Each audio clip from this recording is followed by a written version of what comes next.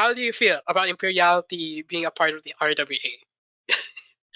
How do you feel about Sean being a part of the RWA? I honestly, I can't give my look. Being in the RWA would be great. It would definitely give Imperiality a platform. Like it would boost us up because we're doing amazing right now. It would give us an even bigger platform. But me and Fizzle have spoken about this, and unfortunately, at the moment, we believe we are too young of a federation that just came back to be inducted or at least brought into the RWA. We're too young, so if we were ever given the chance, we'd respectfully decline. But you just said you want to be a part of the RWA. I wouldn't mind at all, but like I said, we believe we're too young of a Fed. If we weren't too young and been here for like a year, 2 years, we'd accept. But we're way too young, and I think me and Fizzle both feel like we'd crumble under the expectations of being an RWA Fed. So that's just how we feel about it. Okay, fair enough.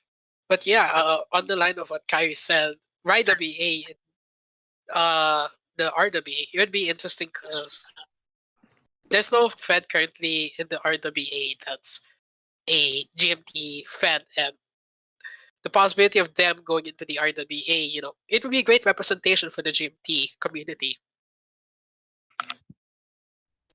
Definitely agree. I'm gonna have to give it to YWA as well. They're an amazing Fed. Shout out my boy Cammy, and hey, I keep it up, and you'll get into the RWA. I mean, they're only one letter off. YWA, RWA. It's a match made in heaven. So I don't know. Hopefully they get into the RWA. Exactly. I mean, I think it'd be good for them. They're a young Fed, they're young and shit. But I don't know. That's just me. Yeah, it would benefit them because the RWA now is on this, vision that we're here to help elevate those Feds that deserve the platform and deserve the opportunity to be recognized in the community. It's not anymore about being on the top. It's about helping those Feds that deserve or have put in the work and the effort to really be given this opportunity. Thanks for watching that video, and hey, if you like what you see, we've got tons of content right here on the Roblania Network. We hope you like, comment, and subscribe.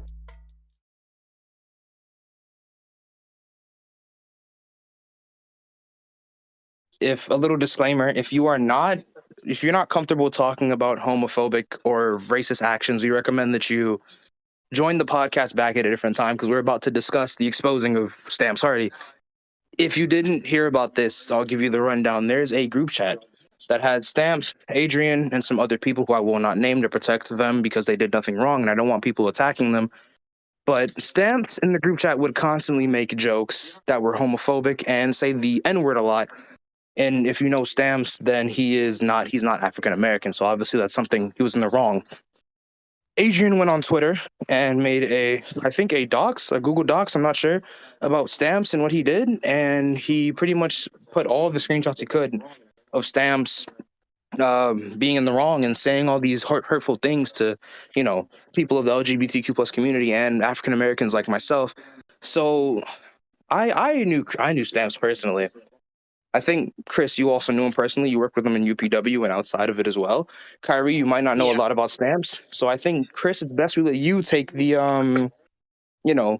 time to go in on this one because you probably knew him the best out of us three. What were your experiences with Stamps and leading